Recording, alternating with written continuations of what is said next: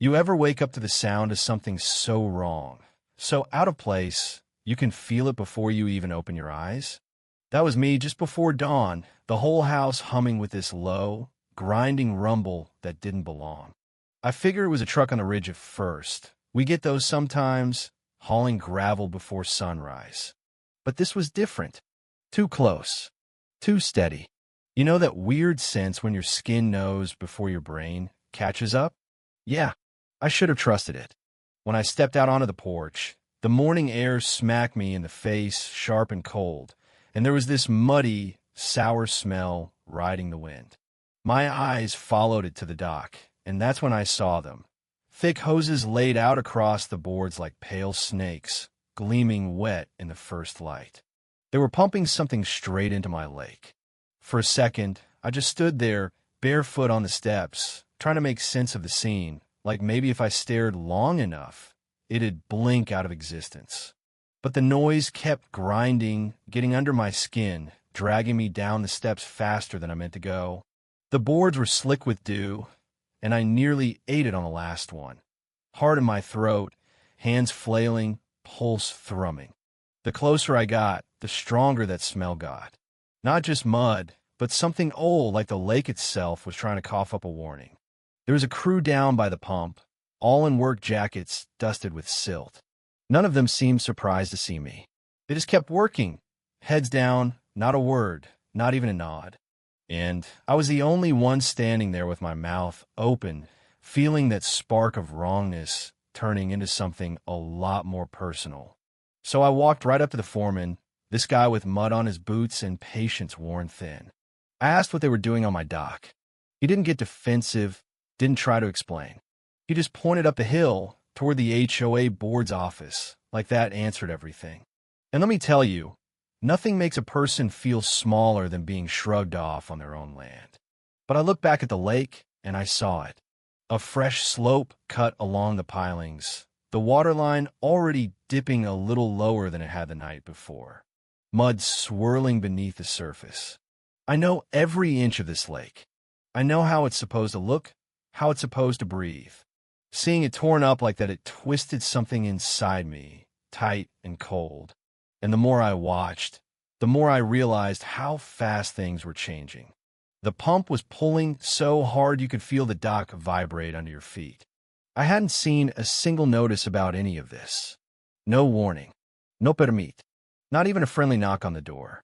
Around here, you're supposed to file a permit, get the county to check it, let your neighbors know if anything's happening near their property. That's how you keep the peace. That's how you protect the shoreline. Nobody does what I was looking at without jumping through those hoops. So I stood there, asking myself, did the HOA even tell the county? Why here? Why now? The foreman just kept watching the hoses, like I wasn't even worth the conversation. The rest of the guys, same deal, all eyes on the water, on the mud swirling up from the bottom. I never felt more like a stranger on my own dock. And you know, a dock's only as steady as the ground it stands on. If you dig out the lake bed too fast, those supports start to shift. Anyone who's ever played on the beach as a kid knows that you dig near one side of the sandcastle, the whole thing tilts. That's what they were doing, just with bigger toys. I tried to keep my head, tried to think of what steps I could take. But I had more questions than answers. I watched the sun creep across the lake, everything looking calm except for that ruined patch under my dock. That contrast, the stillness above, the chaos below, it got to me, and then it hit me. If this happened to me, no warning, who else had it happen to? Or were they just counting on nobody noticing? I've walked this shoreline since before half these houses were built. I know how the water moves after a storm, where the silt collects in summer. I've spent enough years here to read the mood of this place, even when nobody else can. So when the crew showed up, I recognized that something was off. This wasn't how things were done. So I went back to the house and dug out the last notice I'd gotten from the HOA. I found it stuck under a pile of junk mail, flimsy sheet, full of soft words about improving navigational depth near shared community docks. No maps, no signatures, no schedule, not a single word about private property or individual docks. Just vague enough to mean nothing or everything.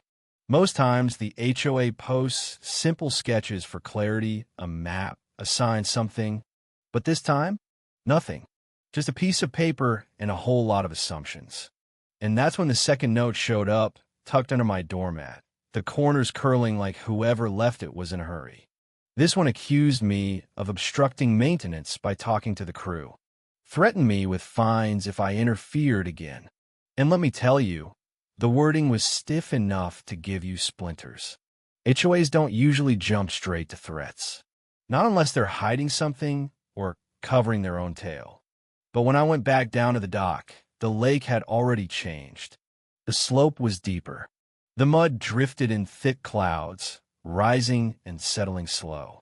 The supports under the dock weren't sitting even anymore. That's not just a cosmetic thing. That's years of repair bills if it gets worse. And the kicker? The crew seemed frustrated, too. Like they knew they weren't supposed to be out here without paperwork, but they just did what they were told. So I started making calls. County inspector, sheriff, anybody with authority. I wasn't out to pick a fight. I just wanted someone who could see what I was seeing with the power to do something about it. And let me tell you, when the county truck and the sheriff's cruiser showed up the next morning, I felt a mix of relief and nerves like I haven't felt since I bought this place.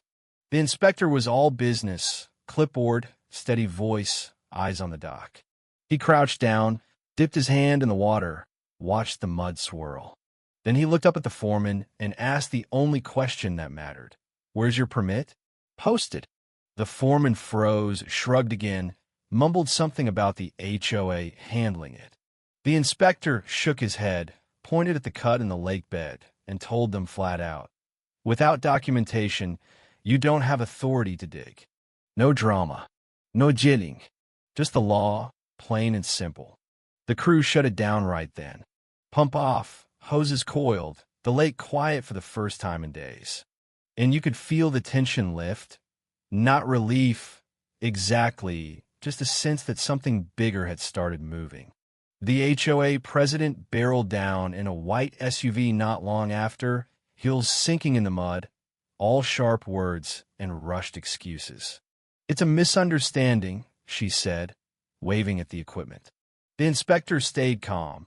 "No forms filed, no notices posted, no permit. This can't continue." Her face fell, and for a second, you could see her realize how far this had gotten out of hand. The other board members showed up, trying to smooth things over. "Can we just file paperwork now?" they asked. The county made it clear, not until a full review is done. Environmental staff, property boundary checks, notices, the works. You could see it dawn on them that their little shortcut had just turned into a public mess. Cleanup started the same day. A local contractor came with rakes and fill, smoothing the lake bed by hand, fixing what never should have been broken. I stood there, watching the water settle, thinking about how all this could have been avoided with one simple posted permit, one honest conversation. The repairs spoke louder than any apology. By the end of the week, the lake bed was almost back to normal. The water cleared, the supports steadied, the whole place exhaled. And so did I. The HOA sent out a new notice. All shoreline projects suspended, new procedures under review. No blame, just a quiet acknowledgement they've been caught cutting corners. And I learned something in all this. Permits aren't there to make life harder. They're there to create clarity, to protect everyone, to keep the peace where water and property meet. Skipping steps doesn't just cause confusion. It creates ripples that hit everyone sooner or later. When the county's final letter came, saying the case was closed and the lake was stable, I sat on the dock, let the breeze drift past, and watched the sunlight play on the water. The neighborhood was quiet. The HOA started posting real notices, plain and clear, for even the smallest jobs. Maybe that's all the apology I needed. You know, sometimes it's not the big fights that matter most. It's the quiet questions asked at the right moment that end up protecting what we all share. Living by water teaches you. Boundaries matter, patience matters, details matter. It's not about winning, It's about keeping the lake honest. So let me ask you, when does improving cross the line into overreach? Where's the line between fixing what's broken and breaking what's already whole? Drop your story in the comments. Tell me where you stand. And if you've ever had to wrangle with an HOA or fight for your property, let's hear it. Maybe together we'll keep these stories from sinking out of sight.